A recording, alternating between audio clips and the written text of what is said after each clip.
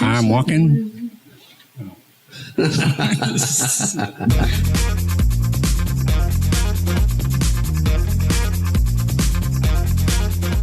Welcome to AT Banter, the podcast where we discuss anything and everything regarding the world of assistive technology. With our hosts, Steve Barkley, Rob Minot, and Ryan Fleury. Now, let's banter.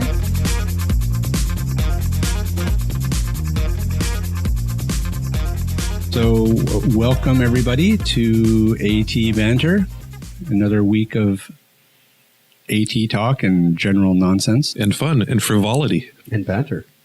And banter. Right, of course, banter. Banter is our specialty. How are you guys doing? I am most excellent.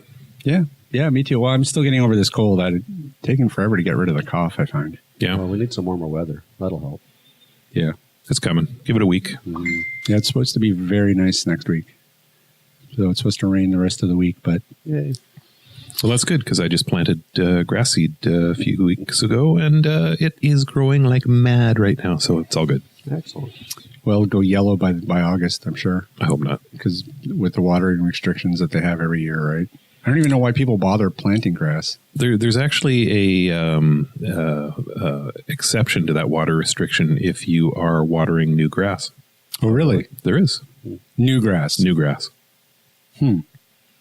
So what do they consider new? Is it like, 2 weeks old, 3 weeks old? Like what, newborn grass? Like I don't know. I think it's if you've laid new sod or if you've reseeded, I believe you can bypass the watering restrictions until the grass is established.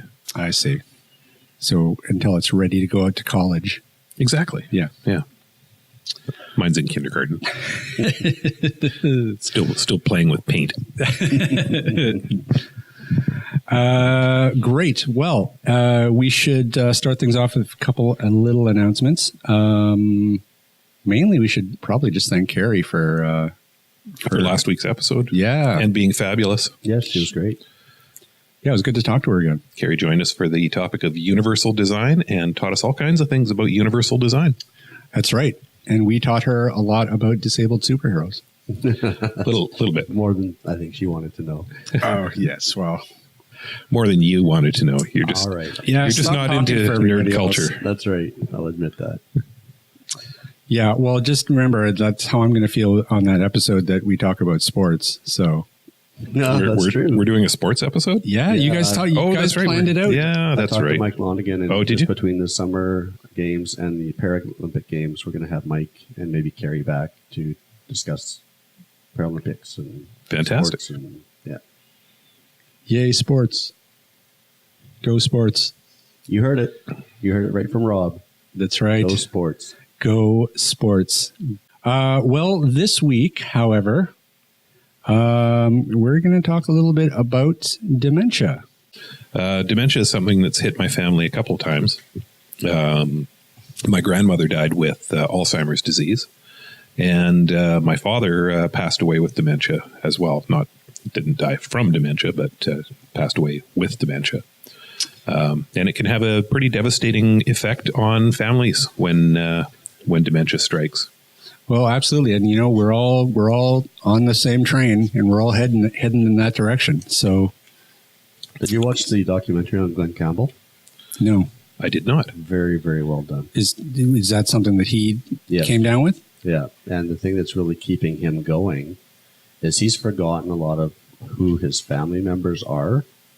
But you put a guitar in his hands, and he can play every song he's ever played. He remembers the lyrics to all of his songs.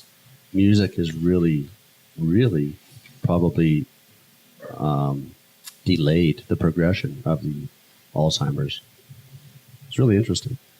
Well, yeah, and funnily enough, we're going to be talking about something similar to that in terms of music and dementia a little later on. But yeah, it's pretty amazing. Obviously, music activates some part of the brain that bypasses the dementia or touches that part. I mean, they still have to figure some of this stuff out, right? They're still doing a lot of research on it, but oh yeah, there's tons of research being done and some really interesting breakthroughs that are happening in dementia research right now.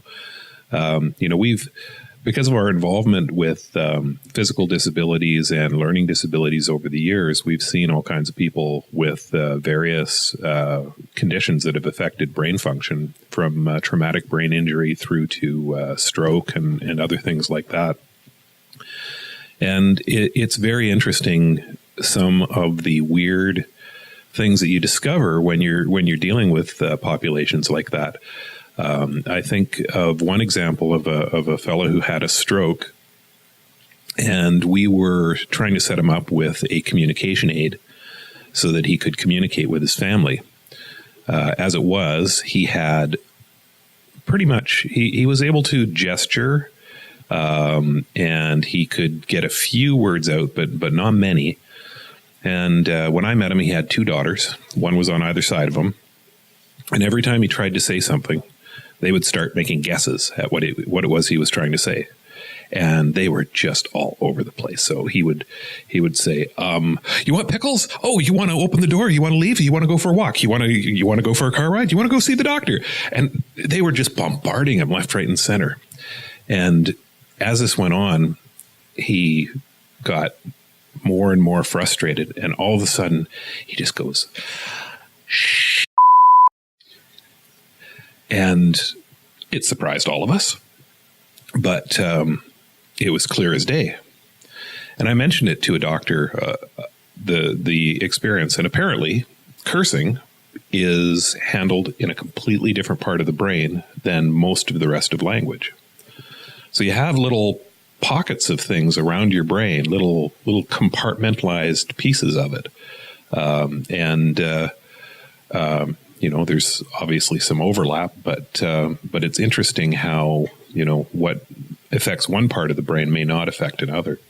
Well, I remember you telling me a story early on when I first started about a woman who, I guess she had some sort of condition where if you asked her a question, it would somehow affect her motor abilities, right? Right. Yeah. It was very strange, and she was very patient in explaining it to me, so that I could deal with her better without causing her problems. But if you phrased something as a question, it could potentially make her fall over. It just really messed with her equilibrium. And so you had to, instead of asking a question, you had to phrase things as statements. I'm trying to think of a good example of it. I was quite well practiced at it at one point, but at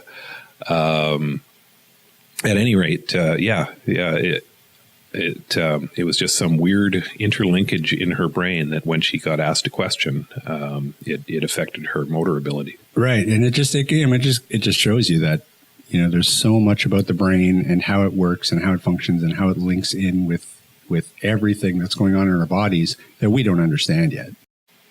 Well, and Alzheimer's and dementia, affect people differently. Not, every 2 people have the same symptoms, nor does it come on at the same time. As the studies have shown. So the dictionary definition of dementia is a chronic or persistent disorder of the mental processes caused by brain disease or injury and marked by mental disorders, personality changes, and impaired reasoning. Now, according to the Alzheimer's Association, alz.org, dementia is not a specific disease. It's an overall term that describes a wide range of symptoms associated with a decline in memory or other thinking skills severe enough to reduce a person's ability to perform everyday activities. Alzheimer's disease accounts for 60 to 80% of cases. Vascular dementia, which occurs after a stroke, is the second most common dementia type, but there are many other conditions that can cause symptoms of dementia, including some that are reversible, such as thyroid problems and vitamin deficiencies. Dementia is often incorrectly referred to as senility or senile dementia, which reflects the formerly widespread but incorrect belief that serious mental decline is a normal part of aging. Because so it sounds like dementia can be basically, it could come as a result of a brain injury, not just age, right? Absolutely, and what I think they're trying to point out here is that we and medical professionals used to just think, oh well, Dad's getting senile because he's getting old. But senility, dementia, that isn't normal. It's a condition, and it's something that should be treatable and may ultimately be curable. Right. Well, and I think it's only been in the last few years too that more and more people are becoming aware of what Alzheimer's or dementia is and how to better deal with those living with it.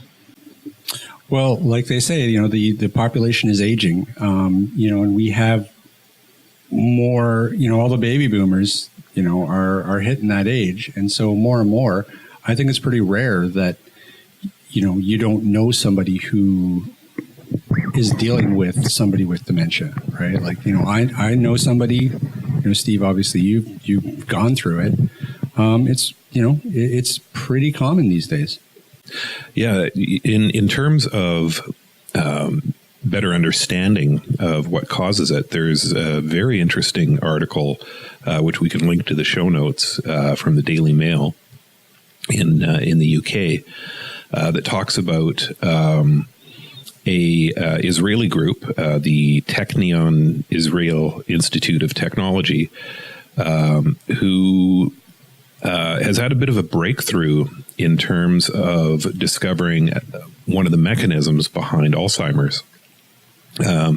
They've discovered that an accumulation of protein plaques in the brain is at least in part one of the causes of Alzheimer's. And there's a cellular process that our bodies all go through where our cells essentially check proteins in the body to make sure that they are correctly assembled. And when they're not correctly assembled, these damaged proteins are basically picked up and disassembled into their component parts and used in other ways. People with Alzheimer's, there's a mutation which impairs a protein called ubiquitin, I believe it's called. Ubiquitin. Sounds like a Jedi. It could be. And the people who have this mutation, those proteins start to accumulate, and they basically form on the brain like plaque and impair mental function. Really? So this is still early research, but the speculation from this research is that one day we may be able to just have a pill that you take and it fixes that wee little problem and your Alzheimer's just goes away. Wow. And so there's something to the notion of mental floss then. Like there you go. Yeah. With plaque on the brain, right? Well, it's interesting too, because, not dementia or Alzheimer's specific, but, I have an uncle-in-law who's had trouble with his blood sugars and diabetes for years and years and years. And he finally saw a doctor, said, well, why are you on this, and this medication? He says, well, that's what my doctor told me to take. He took him off all that medication, put him on one different type of medication, and his blood sugars are now in check and have been for a number of years. So I can see a day where a pill is all we're going to need. Hopefully we can all pray for that, because I don't know about you guys, but I do know about you guys, but we're creeping up there. If they don't fix this in the next 20 years, we could be in trouble, right? No, you guys are creeping up there. I'm still 29. Whatever. I'm 18. Should we talk about the Japanese dementia crisis? Yeah, that's an interesting story. It is an interesting story. I was pretty shocked when I came across it, doing the show research, of just how bad things are in Japan in terms of what they're going through and their dementia numbers. I ran across a statistic that I found was fairly alarming for dementia in Canada. And they were saying that there are approximately, I don't remember the exact number, but it was over 700,000 people living with dementia in Canada right now. That's a whole lot of folks. That is. I think I read the same article, and they said it was about 15% of all Canadians that are over 65 are dealing with it. That's a pretty big number. And it explains why the Conservatives keep getting elected. Always had to throw politics. I do, Steve. yes. Politics talk with Steve Barkley. The big commie bugger.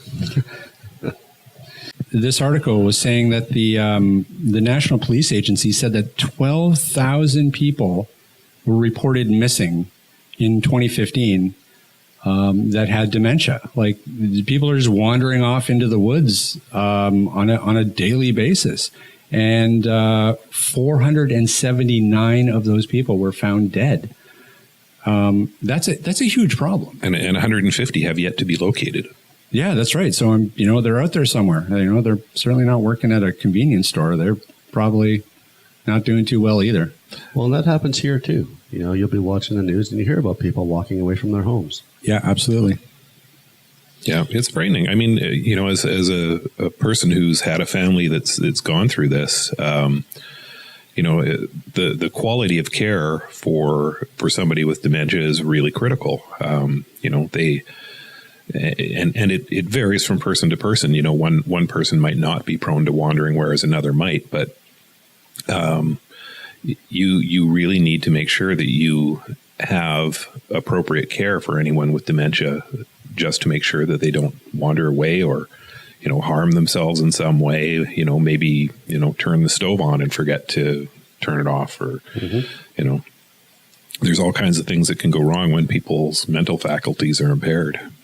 And I mean, the real surprising number is the article goes on to talk about just how many people in Japan are affected. And they're saying that 4.6 million people, with the number forecast to go up to 7 million by 2025. And that's 1 in 5 people over the age of 65 that are affected in Japan. And that's around 20%. So certainly things are even worse over there than they are here. And I guess that's probably a function of our baby boomer population as well. We're getting a huge influx of people that are hitting that age of 65 plus. And, with this being a major issue, it's a large segment of our population. So something that we have to address and plan for. Yeah. Some people say there's about 10,000 people a day that are turning 65. That's a lot of people. It's a lot of birthday cake. That's right. Yeah, that's right. And Japan, looks like they're trying to, get ahead of the crisis, and they're looking at ways on how they can improve cognitive function in the elderly. Everything from fitness programs to, crossword and puzzle books.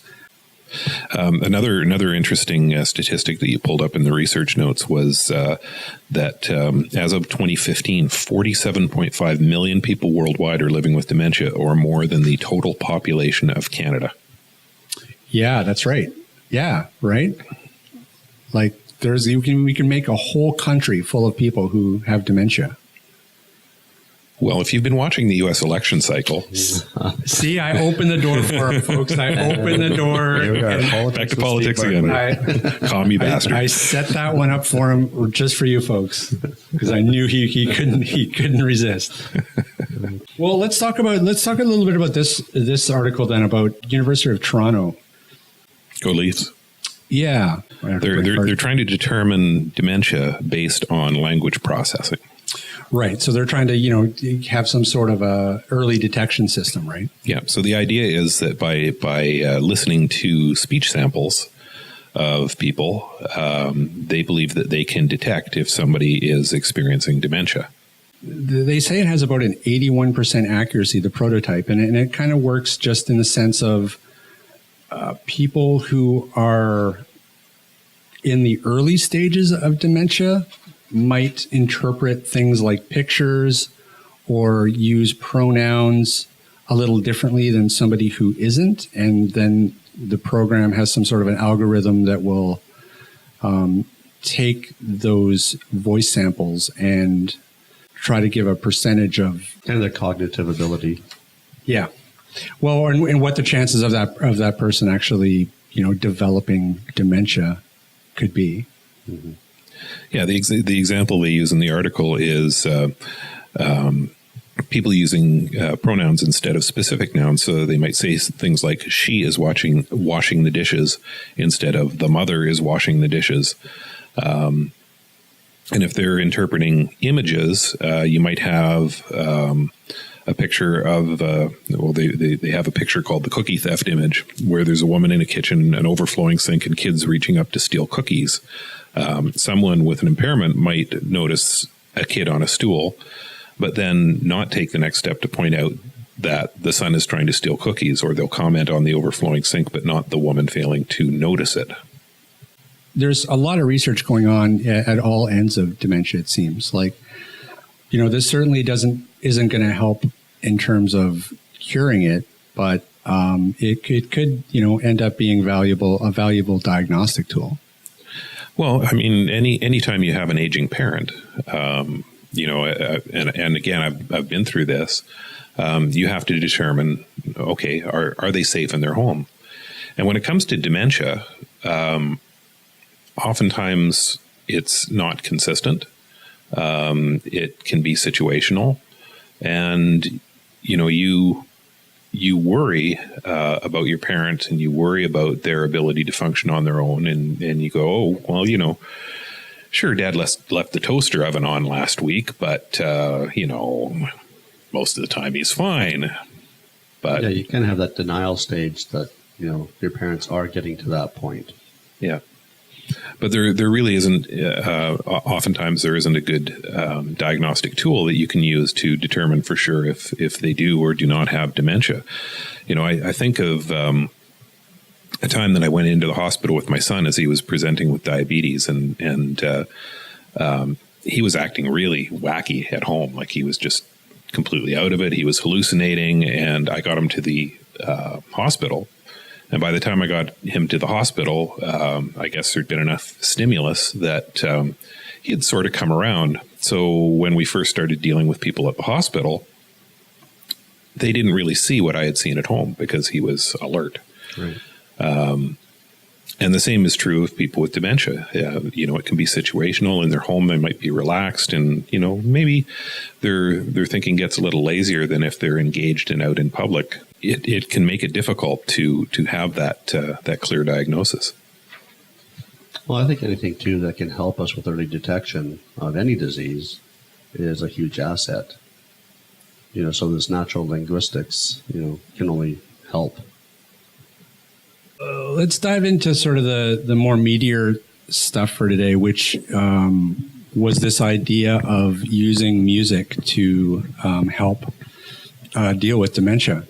Doing the research, I was kind of surprised at just how big a difference music can have with people. Was a documentary a few years ago called Alive Inside that screened and actually won at the 2014 Sundance Film Festival. It won the Audience Award. That's right. So audience favorite. But yeah, no, I haven't seen the movie. It sounds really interesting. Again, we'll link to the movie's website in the show notes. But music and dementia, it can really have a striking impact. Well, I did watch snippets of Alive Inside, and they showed patients who were essentially locked in. They weren't responsive to external stimuli, and when they were given music and listen to music, they slowly started to come out of their shell and become more responsive.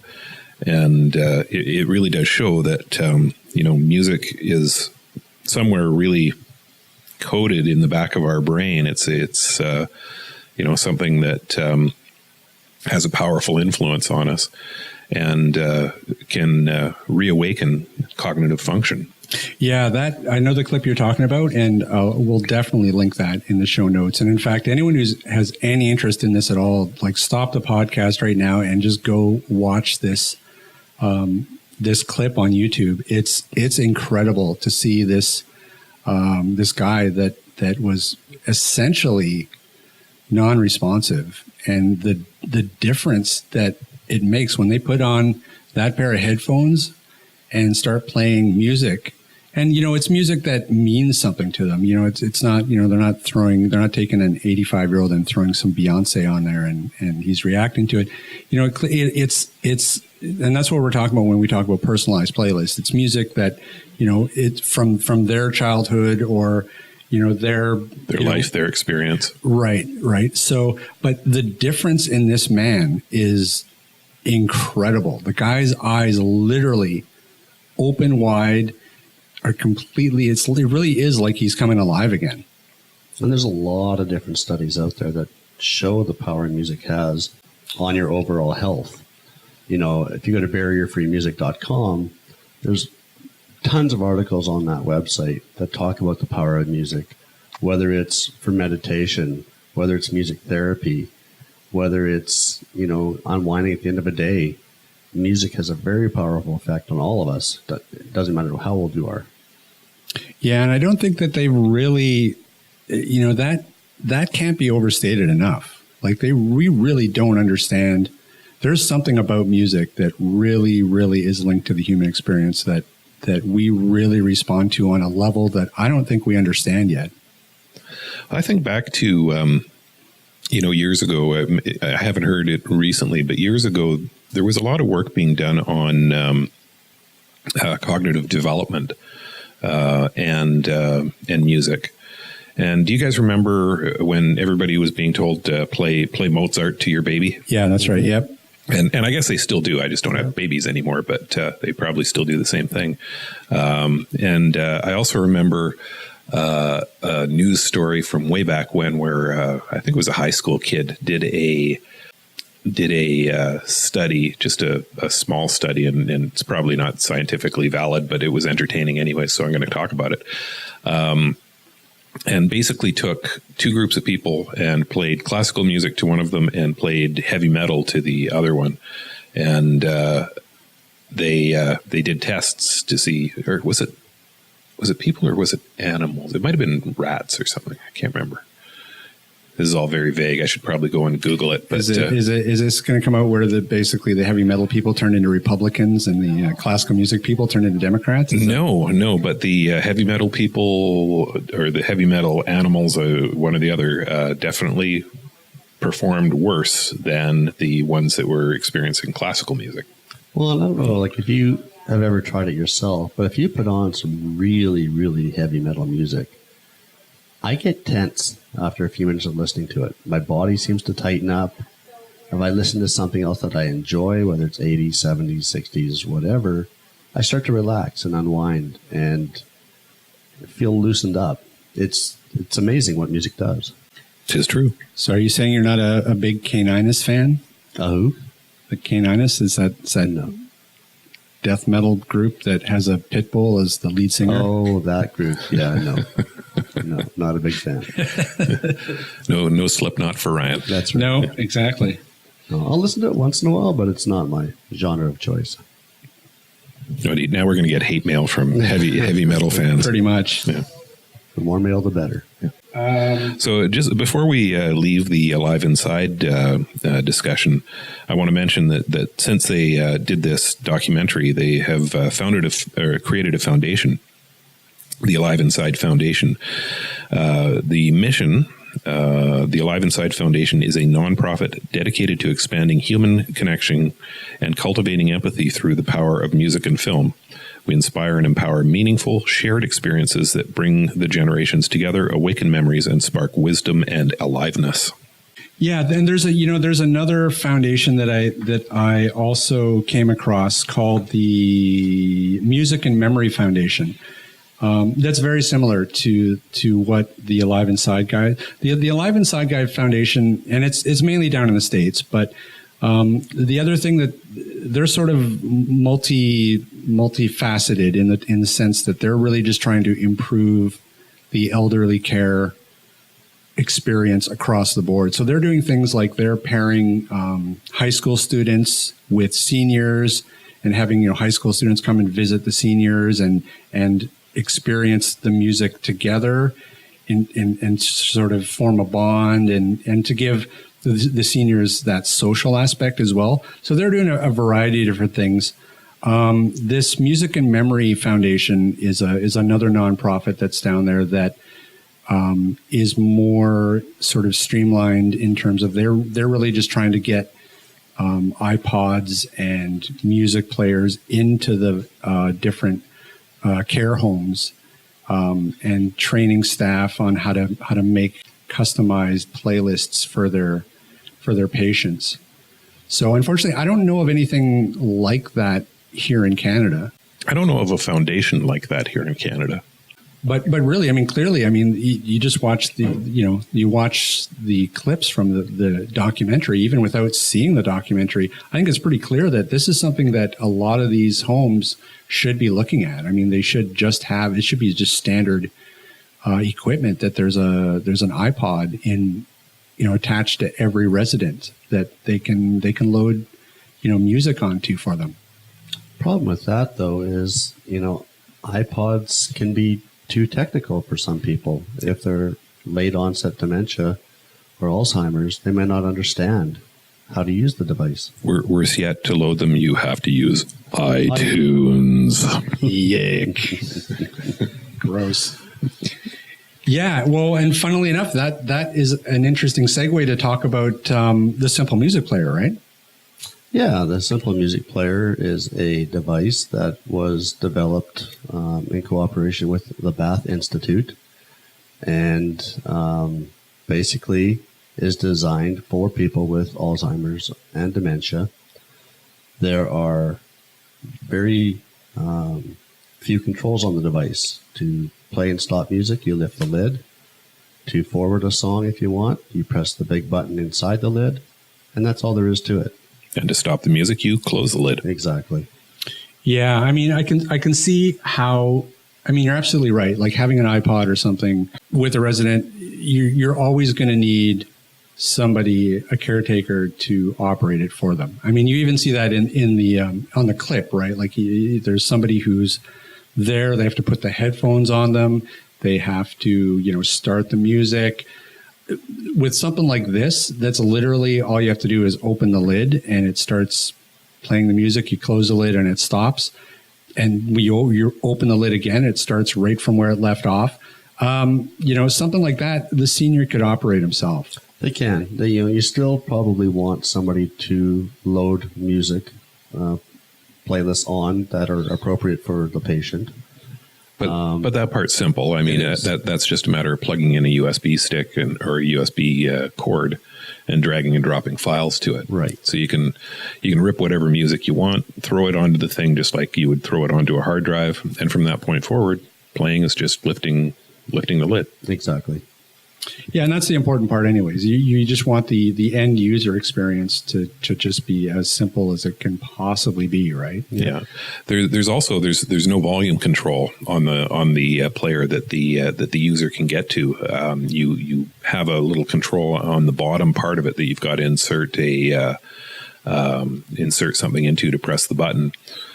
So you preset the volume to make sure that it's at an appropriate level for the environment that they're in. So if they're in a hospital type of environment, you can keep it low so you don't disturb other patients.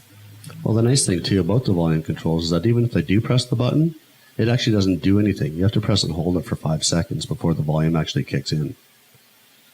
That would explain why I had difficulty controlling the volume on it the last time I wasn't doing that. That's why you call Ryan. I should have read the instructions. But it's one of these things where it's so simple that you just wonder why this wasn't developed earlier.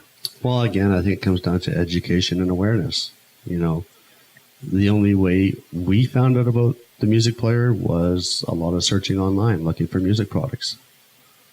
Yeah, well, and I think that, once again, this it ties back to what we were talking about a few weeks ago in terms of AT in general. There's more and more demand for things like this that aid people with different disabilities So, you know, it's creating a need for these items. And so we're seeing them more and more often, right? Right. Well, I mean, looking back at the numbers, you know, here we have 724,000 people in Canada with dementia. We know that music can have a powerful effect for those people with dementia. And here's a simple music player that's totally appropriate to people with dementia. Mm-hmm. You'd think we'd have a surefire winner there. Yeah, oh, absolutely. Well, and Don't get me started. Well, what's shocking to me is that this really seems to be the only player like this out there. I haven't come across any other. Yeah, and that in itself is fairly remarkable. Yeah. So, you know, I have to go back to my own experience with music, because we did try and get my dad music in his room when he was in the care home. So we went out and we got him a radio. Mm-hmm. Well, we would come back for a visit, and that radio was always off the station, you know, because he'd been fiddling with knobs, and you know he would, you know, fiddle with the volume, and the care workers would come in and they'd be upset because the volume was too high, and they'd turn it down or turn it off. So he was in a constant state of in between with the music. He never had it playing. You know, there were only rare instances where we would come in and there would actually be music playing in his room. And for the most part, it just sat there and it didn't get used. You know, we tried cassette tapes because he'd been familiar with those. We tried CDs. That didn't work. You know, I wish that we'd had this simple music player when we were going through that, because it would have been a perfect solution. We could have loaded on a whole bunch of Lawrence Welk for him, and he would have been just in seventh heaven. Yeah, and the really nice thing with the music player too is that I've actually had people request or ask if they can put their audiobooks onto the music player. And if your audiobooks are in MP3 format, yes, you can. And it plays the file sequentially. So it's an audiobook player that is simple to use as well. Cool. Yeah, very, very slick. And well, so in speaking of up and coming AT specifically for seniors, but I think that a lot of it could be applied to dementia sufferers as well. There's some really active developing going on in terms of turning smartwatches into AT devices. I think Rob has a thing for smartwatches. You know, I don't. I would never. Don't want a smartwatch. I don't ever want to own a smartwatch. That's true. They do have use cases where they're they could be very appropriate. Well, especially just in terms of if you think about seniors wandering off, what better way to be able to track them if, you know, they had a smartwatch with GPS built into it, right? I think you need to implant a chip. Yeah, we had this discussion earlier. I'm not sure. Do it with our pets. Do we not love our family better? But we don't implant our pets with GPS chips. No, but we implant them with little RFID chips that has encoded information on them. But in order to use that information, you've got to scan them with a specialized scanner. Right. So that's really not useful for locating your but family member who's gone wandering off. Just shoot Grandpa with one of those tracking darts. That's right.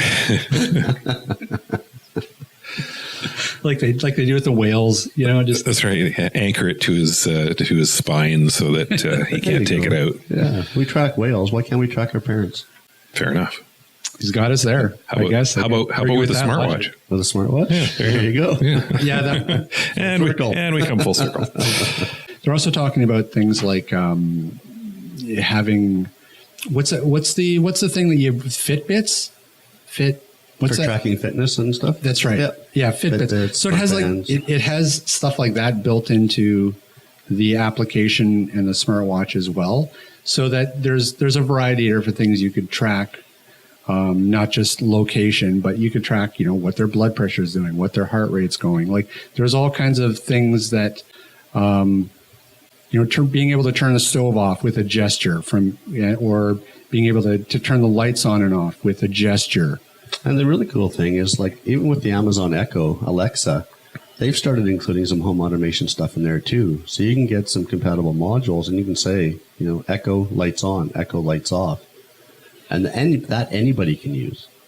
But do you really think that things like voice recognition technology, smartwatches, smart appliances, that these are things that are appropriate to people with dementia? I mean, I can see these as being appropriate to people who have lost physical ability, might not be able to hit a light switch or turn a knob. But for people with dementia, I would think you would want far simpler solutions than these. I think so. I think the gesture stuff is certainly, I think you're certainly right. I think really what would be useful for people with dementia would be the tracking, right? Like the GPS aspect right. of it. Would so that way if someone does wander off, you can track them. Yeah. But the gesture stuff, you're absolutely right. It's more people who are infirm or who can't get around as well. So we need like one of those electronic, what are they called? The electronic collars they put on criminals so police can track them. Yeah, there you go. Electronic bracelets or whatever. The ankle bracelets. Ankle bracelets, yeah.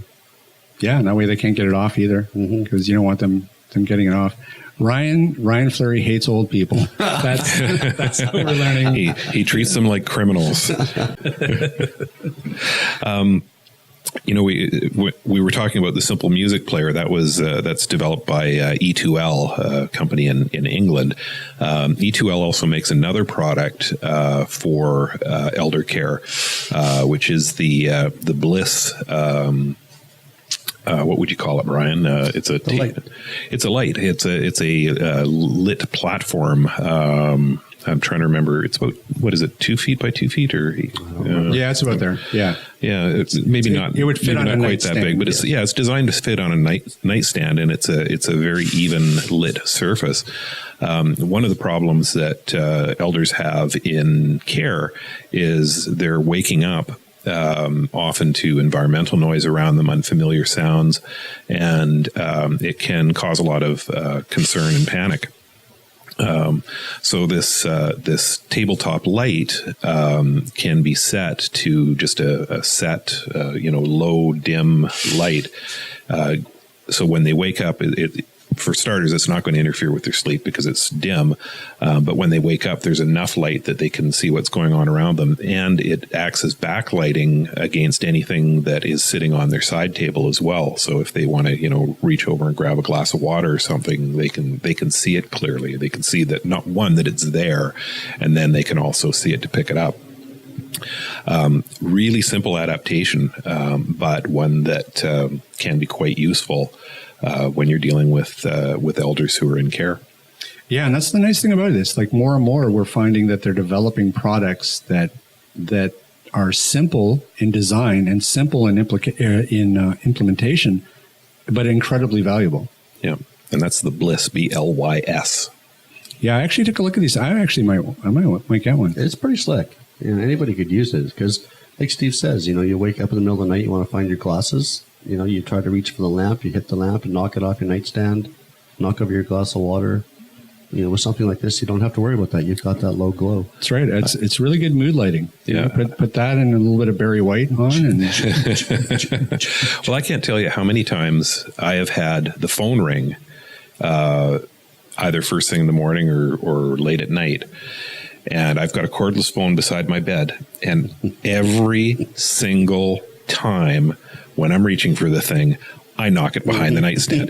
I do it every damn time. I don't know why I haven't glued that thing down yet. I should have glued the thing down. Yeah. But maybe if I could see it, I would stand a better chance of actually not knocking it behind the nightstand. No, you'd still knock it behind the nightstand. Probably. Just tradition.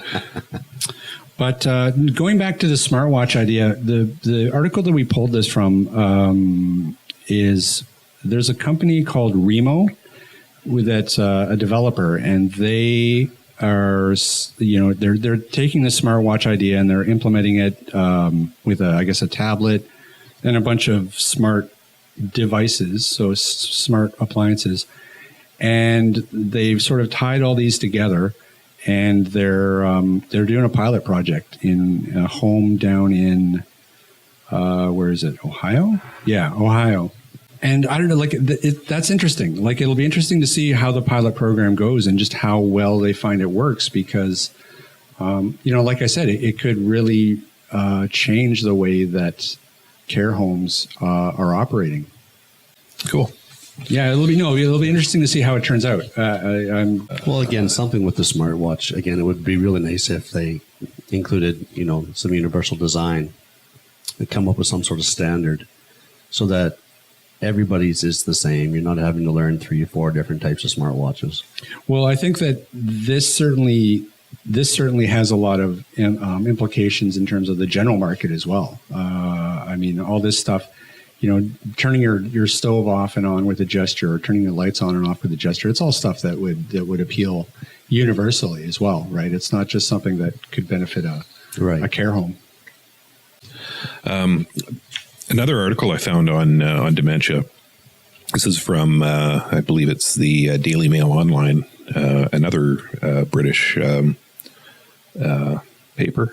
A team in Belgium were able to repair diseased brain cells taken from patients with a common form of dementia, for which there currently is no cure.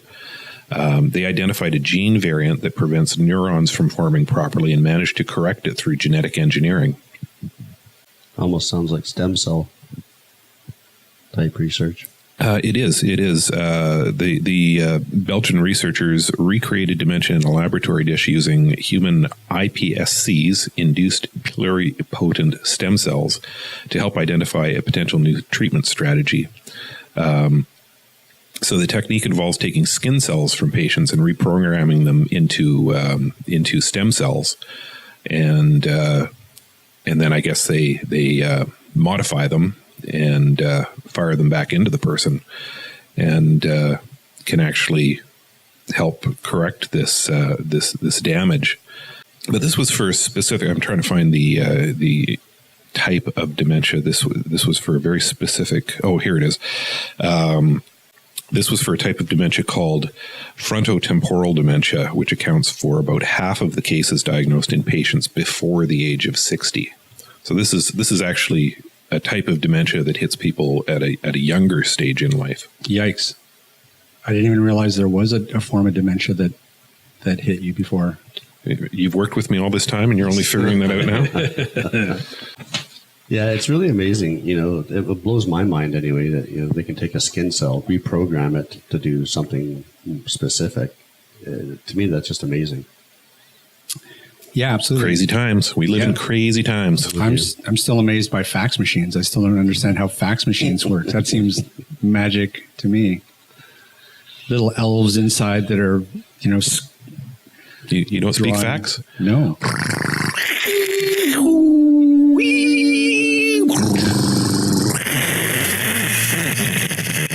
It sounds very modem-y. Yeah, that's exactly how it works. Oh my God. It's a modem sending paper. Any other thoughts about dementia? It's got to suck.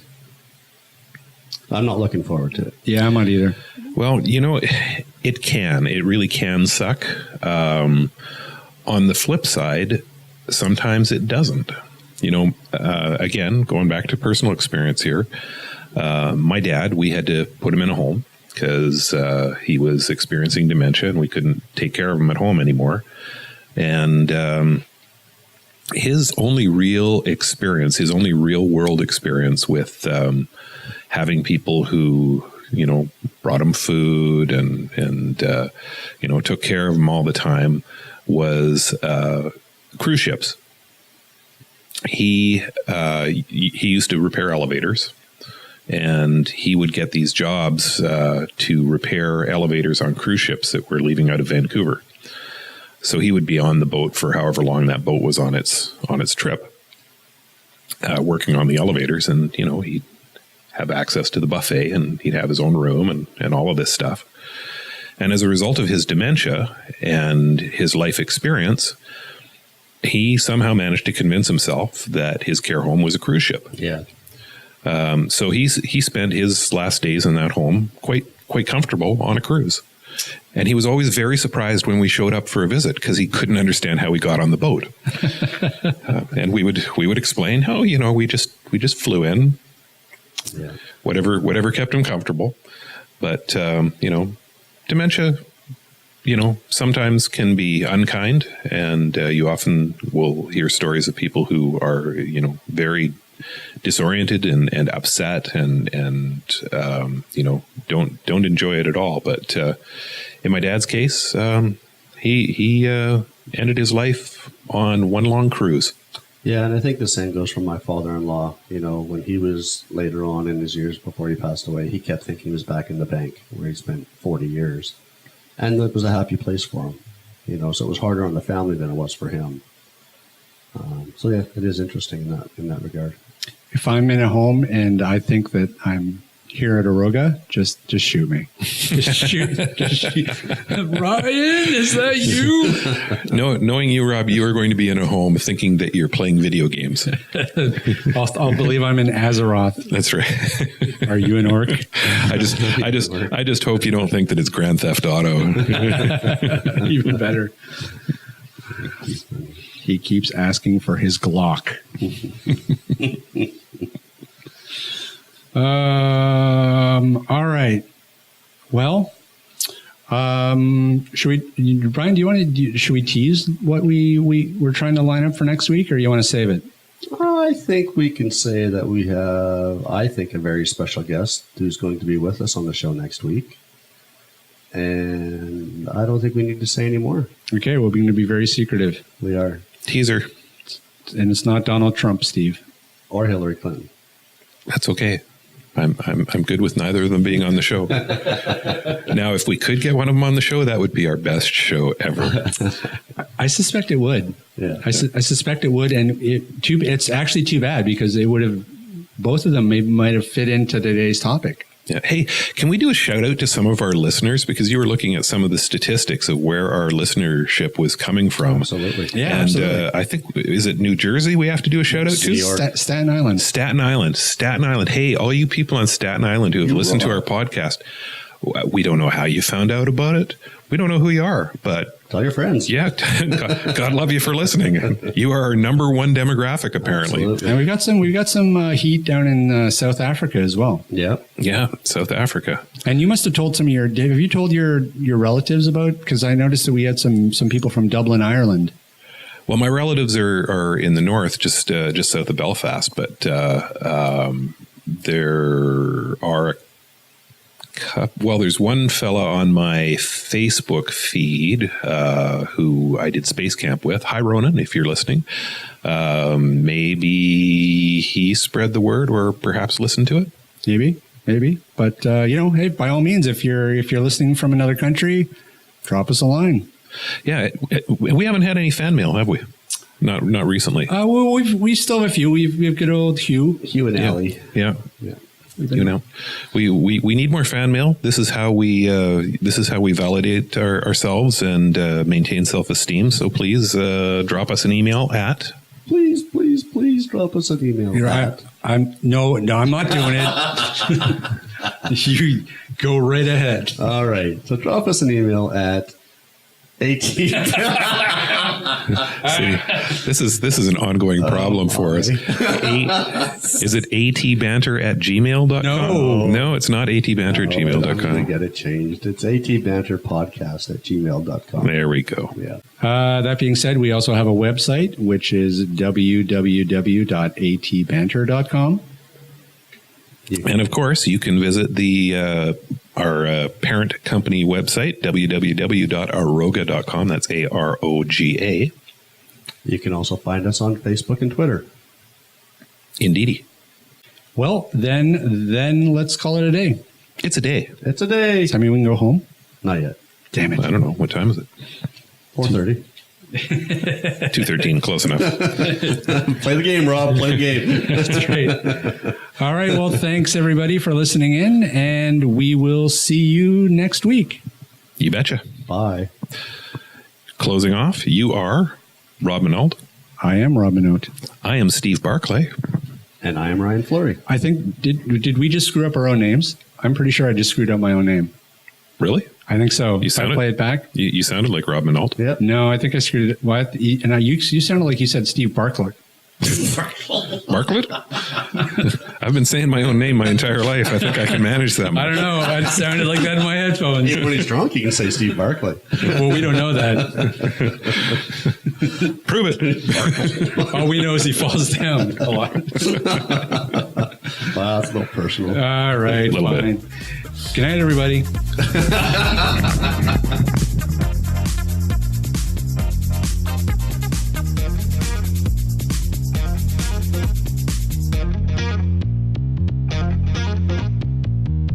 This podcast has been brought to you by Aroga Technologies. Visit Aroga Technologies online at www.aroga.com. That's AROGA.com. Music provided by bensound.com.